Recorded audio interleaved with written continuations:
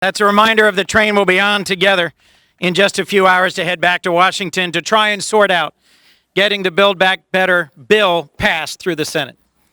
In memory of Reverend Otis Herring, 29th Proverbs, 18th verse.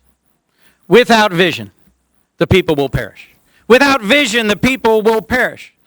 And as all of us who've been involved, either in government or in nonprofit leadership or in community development, have known for decades, it's so rare that you get all the pieces of the Jenga puzzle coming together at the same time and in the same place. And where we stand right now is a place where over years, the vision has gone from a dream to a concrete plan, and from a concrete plan to concrete in the ground. Nothing changes people's lives like safe, sanitary, decent, and affordable housing. Nothing matters like safe, sanitary, affordable, and decent housing. It's a foundation on which you can build a family. It's a foundation on which you can build a life. And this horrible pandemic we're coming out of has shown us the cracks in the foundation of American society. The reason our president is running on and now leading on Build Back Better is he recognizes those cracks in the foundation, and so do all of us.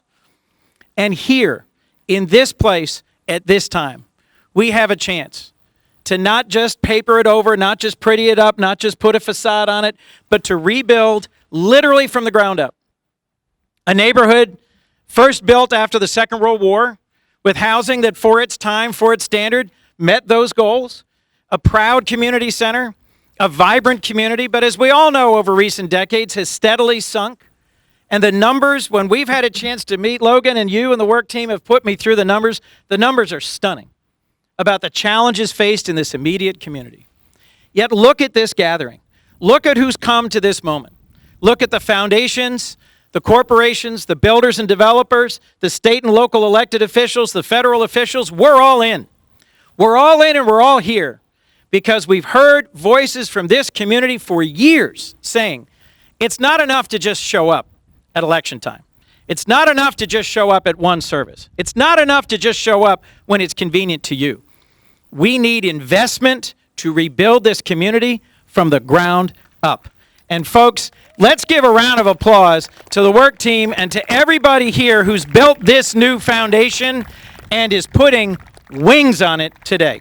Governor, when we came together in Congress and passed unanimously a bold plan to provide resources to come out of this pandemic, you and the General Assembly had choices to make, priorities to make, and that you chose to put $25 million into this project, I think is a tribute to your understanding of the importance of housing for the opportunity for skills, the opportunity for families, the opportunity for growth. And to the builder and to the community leaders, the priorities that you've shown in terms of making sure that people from here, work here, live here, that's the kind of values vision we need nationally. I'll give a moment for that to get a round of applause. You may have heard quickly in passing a reference to purpose-built communities.